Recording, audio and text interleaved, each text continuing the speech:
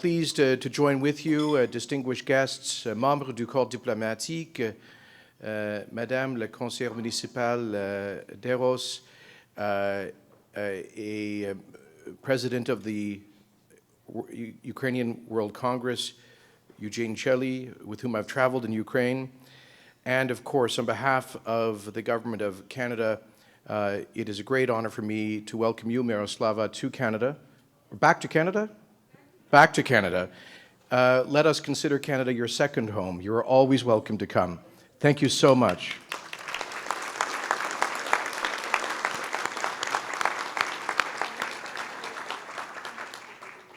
I know that my colleague, the president of the Canada-Ukraine Parliamentary Friendship Group, Member of Parliament Ted Opitz, was here earlier this evening, but I would like to also express officially on behalf of the Government of Canada our greetings at this celebration of the anniversary of Ukraine's independence. We are all proud of the fact that Canada was the first Western country to recognize Ukraine's independence in 1991. We were the second country in the world after Poland, and they just beat us because of the time change.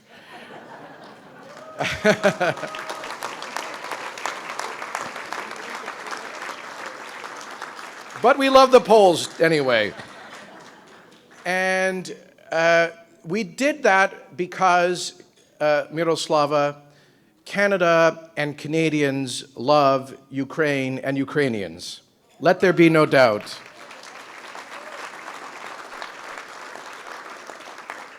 We love Ukrainians because they helped to build our country from coast to coast. They're the folks that took the toughest job in settling Canada, the northern prairies. We gave them the toughest soil, but they still broke it. They cleared the trees. They did it where there was nothing, no civilization, no towns, no supplies, but they came from the steppes of Ukraine with tenacity, with an amazing work ethic, with fidelity, with big families. And they cleared virgin soil, and they helped to settle the newest part of the New World. And so through that, the Ukrainians became a part of the Canadian myth, the Canadian identity. The Ukrainians, I always say, were in an important way the inventors, the founders of the whole idea of multiculturalism. It was a proud son, un fils fier de l'Ukraine qui s'appelait Paul Yuzek, qui était nommé sénateur par John Diefenbaker dans les années 50, qui a, pour la première fois, a donné expression au mot multiculturalism au Parlement du Canada. In 1965, they were talking about biculturalism. And Senator Yuzek from Manitoba said, hang on a second here, what about the rest of us that aren't British or French? What about the Ukrainians and the rest of us? He said, we need to include all of us. Yes, we need to be united in our diversity, respect the original historic founding nations, but the power, the strength, the respect that the Ukrainian pioneers developed in this country is what led to Paul Yuzek's success in creating the official policy of multiculturalism. And that is why Canada was the first Western country to acknowledge Ukraine's independence. And that is why Canada today is the strongest country in the world in standing by Ukraine's sovereign independence.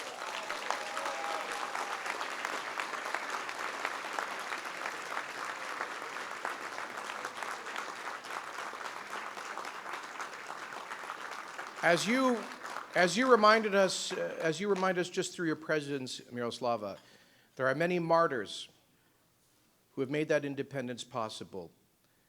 And even though Ukraine has not always been blessed with strong leadership, Ukraine has always been blessed with daughters and sons willing to give their lives for the independence of Ukraine. Ukraine is blessed by a great diaspora, including that in Canada, which deliberately maintained the vitality of Ukrainian language and culture when that was not always possible during the dark days of the Soviet era. 75 years ago, yesterday, we marked the infamous anniversary of the signing of the Molotov-Ribbentrop Pact, which pushed much of Eastern and Central Europe into the conflagration of violence and evil of the twin totalitarianisms of Nazism and fascism. Ukraine, in the heart of Europe's bloodlands, lived that more than any other place, through the Holodomor,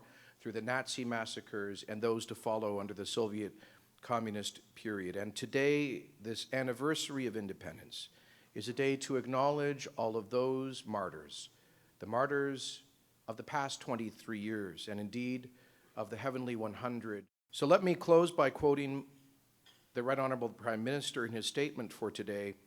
23 years ago, on August 24th, 1991, the Ukrainian Parliament declared the country's independence from the Soviet Union. On December 1st, 1991, Ukraine held a referendum that saw over 90% of voters supporting the decision for independence. The very next day, Canada became the first Western country to recognize Ukraine's independence as a sovereign state. Canada has remained steadfast in its support for the people of Ukraine, providing assistance to promote development, trade, and good governance. Our close relations are significantly enhanced by the over 1.2 million Canadians of Ukrainian descent, as their contributions to our collective success are immeasurable. Since triumphing over the oppression of communism to achieve independence, Ukraine has taken great strides to establish itself as a free, democratic, and sovereign country. In recent months, the Putin regime's expansionist agenda has greatly endangered the people of Ukraine. President Putin's threat to their territorial sovereignty constitutes not only a real menace to Ukraine, it also further demonstrates the Russian Federation's willingness to destabilize Eastern Europe and undermine the sovereignty of its neighbors. The people of Ukraine have held firm against this tyranny, showing their characteristic courage and resolve. Canada has been standing shoulder to shoulder with the Ukrainian people. Since the onset of this crisis, we have imposed, along with our allies, a broad range of political and economic sanctions against those responsible for the crisis, pledging support to help Ukraine stabilize its economy and promote economic and social development, and providing non-lethal security assistance and training for members of the Ukrainian military. On this special anniversary, Canada calls yet again on Russia's leader to cease all provocative military activity. Canada will continue to stand by Ukraine in this time of need and remains committed to helping its people and government build a democratic, independent, and prosperous country. We stand prepared to continue to apply further and political economic pressure along with our allies if President Putin's military aggression and provocative actions continue. On behalf of all Canadians, I extend our best wishes to everyone celebrating Ukraine's 23rd anniversary of independence. Signed, the Right Honourable Stephen Harper. Vive le Canada, Slava Ukraina.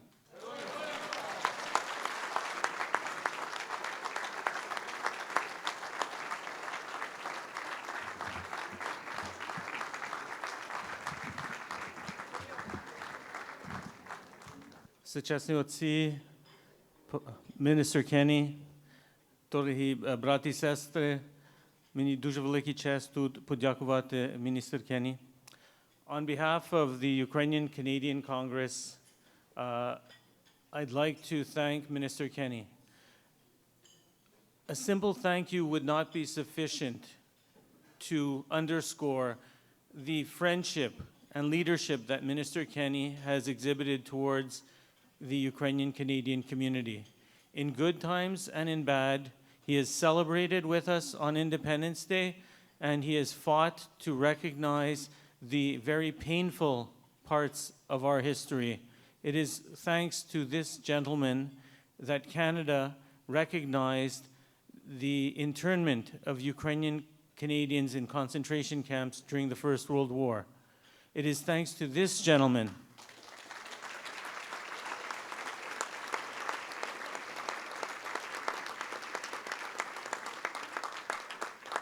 that among Western countries, Canada was first in recognizing the Holodomor as an act of genocide against the Ukrainian people. And when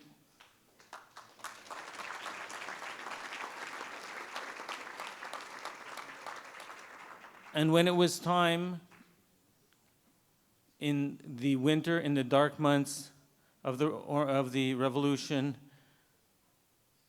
Canada's Ukrainians had no greater friend than the government of Mr. Harper, than Minister Kenney and Minister Baird when it came to condemning the actions of the Yanukovych regime and now providing assistance to Ukraine in its hour of need.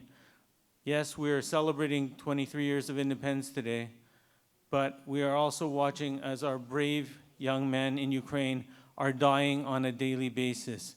They are dying not in a civil war, but they are dying due to Russian aggression, Russian invasion by another name, Russia's proxy war, and Ukraine in its hour of need needs Canada to continue to help. And Canada's taken the lead, and we encourage Canada to continue to do so. Тоді я би хотів, щоб всіх вам стояли і подякували міністр Кенні і канадська держава за їх співпрацю і роботу. Дякую.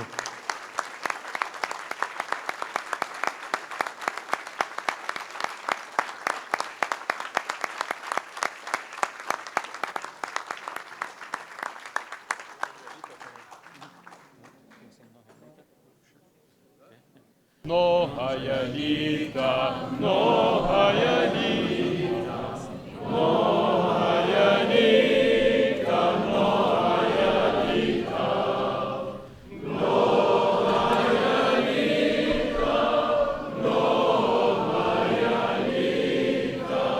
многая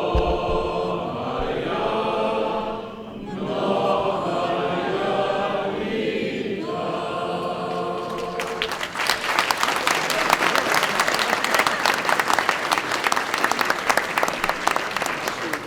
The main reason I love Ukrainians.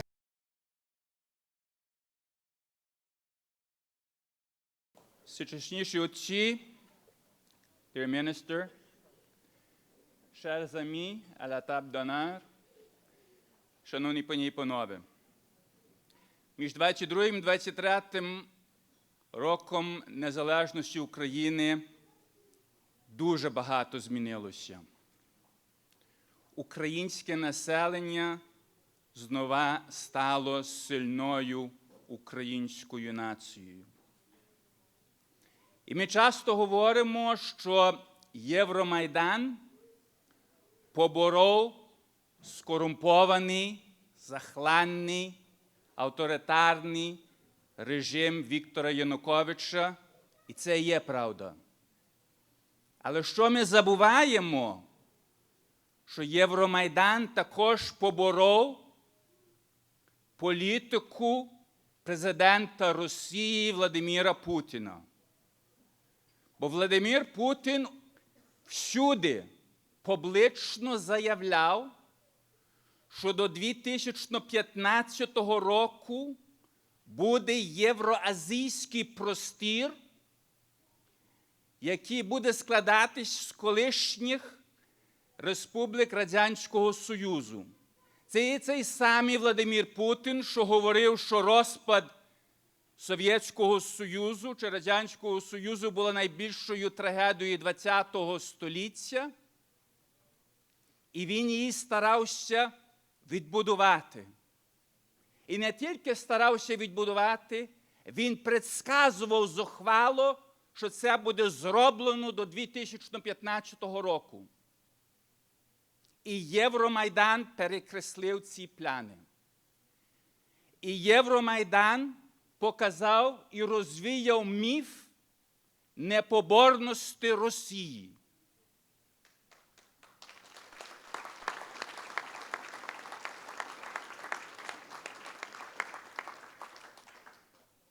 І я вірю, що як український народ буде далі іти з Богом, так як Євромайдан йшов з Богом, бо під кулями люди молилися в каплиці на Євромайдані, священники наші ходили і відправляли на Євромайдані, до тої міри, що навіть погрожували ліквідацію Української греко-католицької церкви, як вона буде продовжувати на Майдані відправляти служби.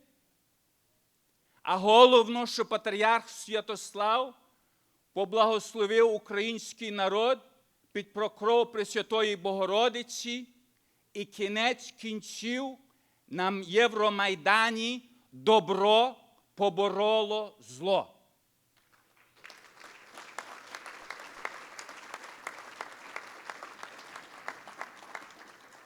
І я вірю, що як український народ буде більше скупим у критиці, а більш жертвенним в діях і фінансово, і будемо далі з Богом йти вперед, то ми ще вичищимо Україну, Східню Україну, позбавимося ворогів на Східній Україні, а потім відзискуємо Крим.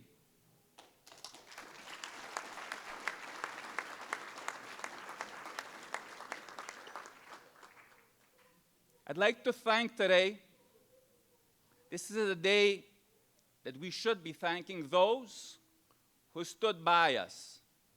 Because they say that a friend in need is a friend indeed. And Canada has been a true friend.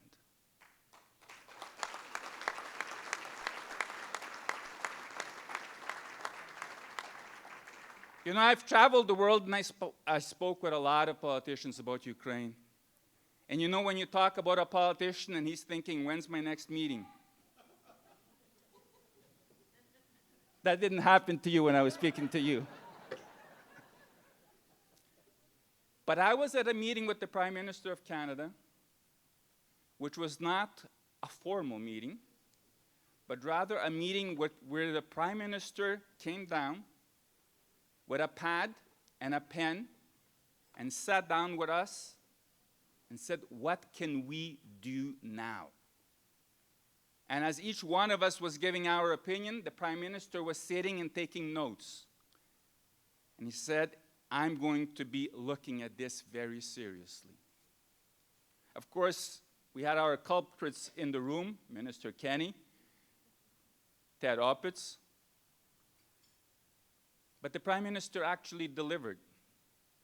I'm not going to say, Minister Kenney, that few politicians do, but the Prime Minister actually really delivered. Minister Beard visited the Euromaidan. There were parliamentary hearings dealing with Ukraine. And every time I went to Ukraine, from the president to all of the MPs with whom I talked said, it's amazing how educated Canadian MPs are about the situation in Ukraine. There were meetings of the Foreign Affairs Committee. Prime Minister Harper was the leader of the G7 that said that it should no longer be a G8, but a G7, and that we should not be going to Sochi for the next summit.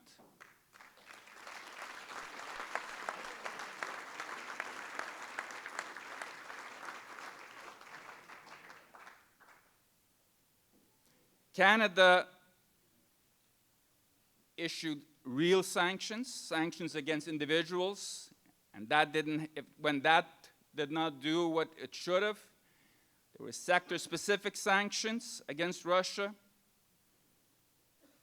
The Prime Minister of Canada was the only G7 leader that was at the inauguration of President Poroshenko. Canada sent, prior to the inauguration, a substantial monitoring mission. And I don't know, Minister Kenney, if you recall, you said that you traveled with me to Ukraine when you were actually the only minister from a G7 country that was in Ukraine to commemorate the 75th anniversary of the Holodomor.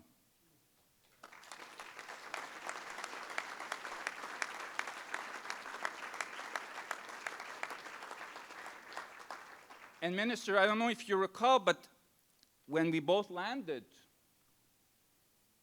you were told that we would be passing before going to the hotel by the Bykivnya cemetery, and you lost your luggage, and you turned to me and said, "Do you have a black tie that I could put on?" I pulled mine, I gave it to you, and you looked at Paul and said, "This is going to cost me a lot." But I don't think that even you could have imagined how much it would cost you. But Minister, you've delivered every time.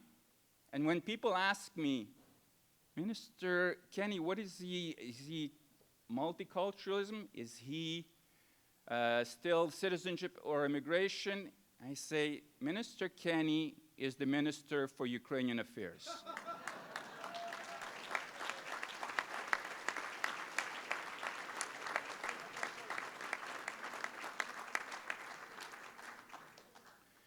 To our friends from Poland, I'd like to say that I had the privilege of meeting the President of Poland, Mr. Komorowski, who was looking during the difficult days during the Maidan at solutions. He was seriously trying to find a solution when the EU made the release of Yulia Tymoshenko a condition, and he knew that President Yanukovych would never do that. He was suggesting to decriminalize the provisions of the criminal code in order to make it not a release of a political prisoner, but rather a change in the legislation. Pavel Koval, the chair of the EU-Ukraine Parliamentary Group, was consistently defending the Ukrainian cause in the European Parliament. The Foreign Affairs Minister of Poland, Mr. Sikorski, attended the most strategic meetings in order to try to prevent bloodshed in Ukraine. EU members of Parliament, Saryusz Wolski, Jacek Protasevich, the Vice Chair of the EU Parliament, Mr. Sivik, and many others have been on our side when it counted. And even when Russian agents tried to rekindle old wounds between Ukrainians and Poles, the Prime Minister Donald Tusk said, "That's not the right way. We should remember the past, we should forgive each other, and we should strengthen our relationship." That is the kind of friend that Ukraine counted on during its difficult days.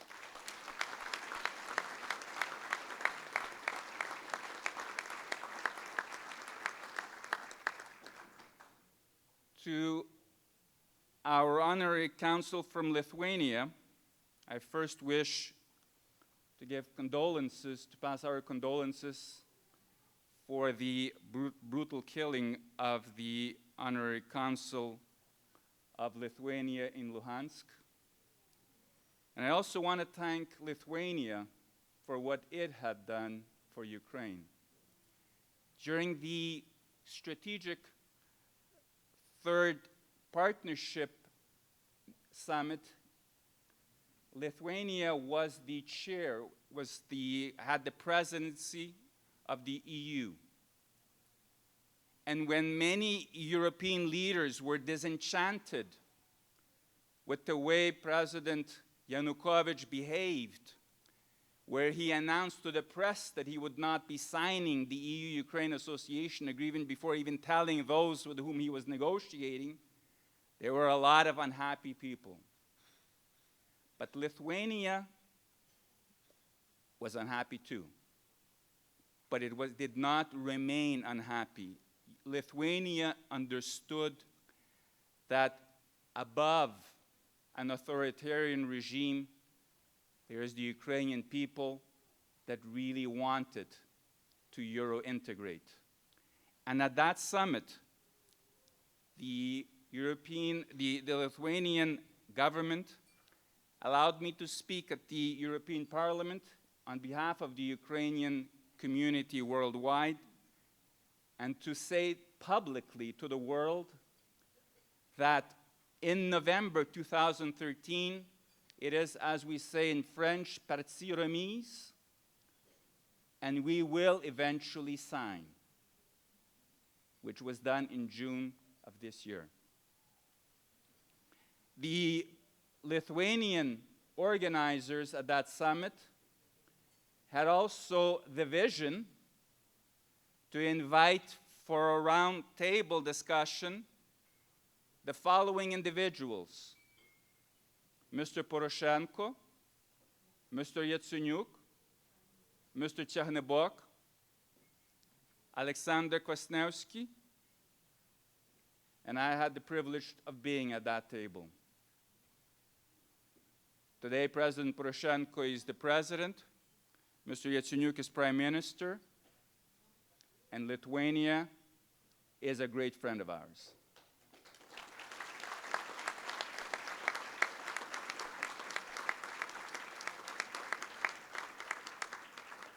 Latvia was also and remains a great friend.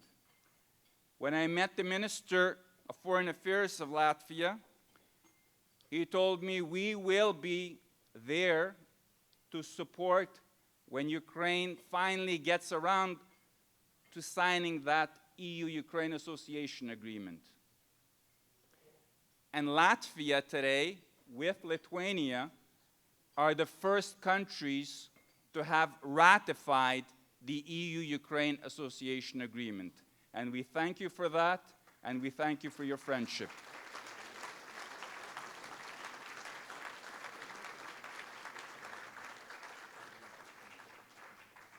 Georgia, well, Georgia had the world not blinked in 2008, maybe there would not have been the crisis in 2014.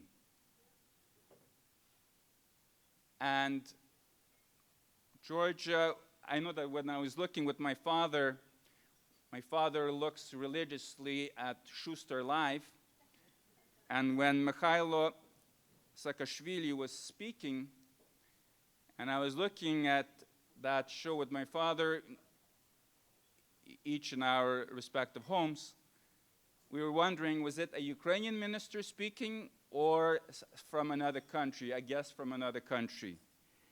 Georgia has been on our side. Georgia understands our pain because Georgia went through the same thing in 2008. And we thank you for your friendship, and we thank you for your support.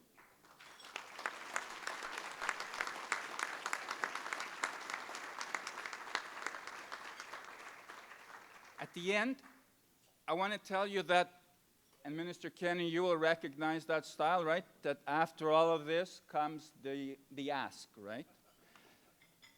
I want to say that although I thank all of the people and all of the nations that have stood by us, that you had the courage to do that, but you also, and your country leaders, understood that they were also doing that for their own good. Because President Putin has announced very clearly that he has a duty and a right to defend Russian minorities and Russian speakers wherever they may live. And there are Russians in Ukraine and Georgia, and we know what happened there. But there's a substantial number of Russians in Moldova, in Kazakhstan, in Kyrgyzstan, in Latvia, in Estonia, in Lithuania, in Poland, in Bulgaria, in Uzbekistan, and in Tajikistan. And all of the, less in Canada. Minister Kenney, you're doing, this one you're spared. You're doing this out of your heart.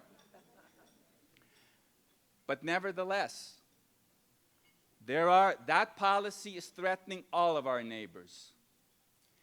And although we have been responsive, and although we've had sanctions, and we've done a lot of things, the brutal truth remains that it has not yet stopped Vladimir Putin. And the only thing, Minister Kenney, that will be a game changer is if Canada shows that leadership that it has shown in the past and gives lethal weapons to Ukraine in order to enable Ukraine to defend its territory.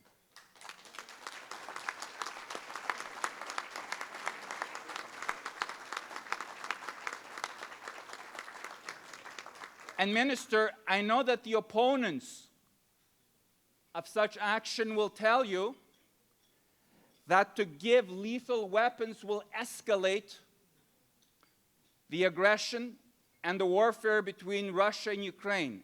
And I tell you that Russia is increasing its aggression with every day, including the convoy that went there 2 days ago, without any lethal weapons going to Ukraine. 2, we have seen that Vladimir Putin has about as much respect for international conventions that he has signed, that the ink has not dried on the document that he has already violated it 3 times. 3, the Western world is in the indefensible position of having allowed and tolerated France in selling the Mistrals to Russia, the aggressor, and wondering whether it should help with true military equipment the victim of such aggression. But what should be the most convincing argument, Minister, is that we do not want history to repeat itself. And we have seen that the policy of appeasement towards Hitler and Nazi Germany did not stop the Second World War, it actually created the Second World War. And that is why I think that all of those opponents should be told the bare truth. Canada should show that leadership that it has always shown in the past in enabling Ukraine to put an end to that aggression, to make the cost of any aggression by Vladimir Putin too costly for him to continue, and then we will have peace, security, and prosperity in Europe and in the world, which is in the best interests of Canada. Thank you very much. Slava Ukraini!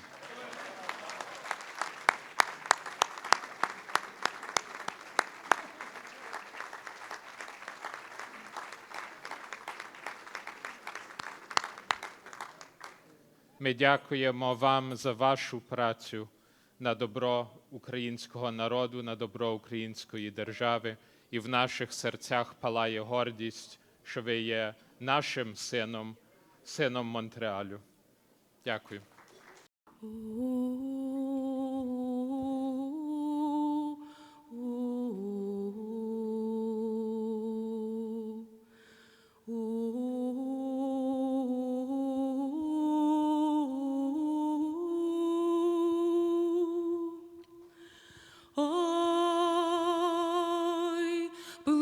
Кача по тисині, пливе кача по тисині, не лай мене, мамко, нені, не лай мене, мамко, нені. Ой, залаєш мій в злу годину, залаєш мій в злу годину, сам не знаю, де погину, сам не знаю, де погину. Ой, погину я в чужім краї, погину я в чужім краї. Хто ж мій буде брати яму? Хто ж мій буде брати яму?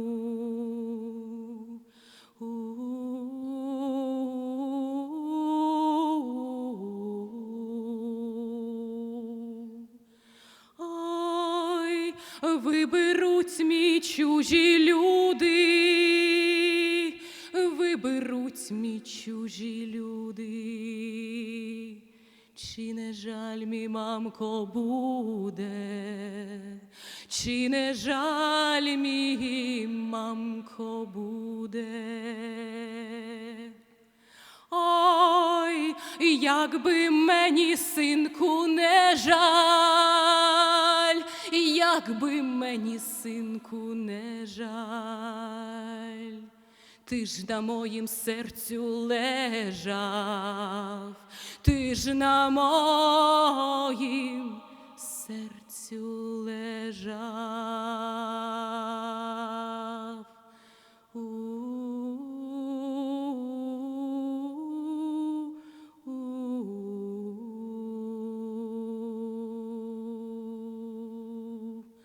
Ой, пливе кача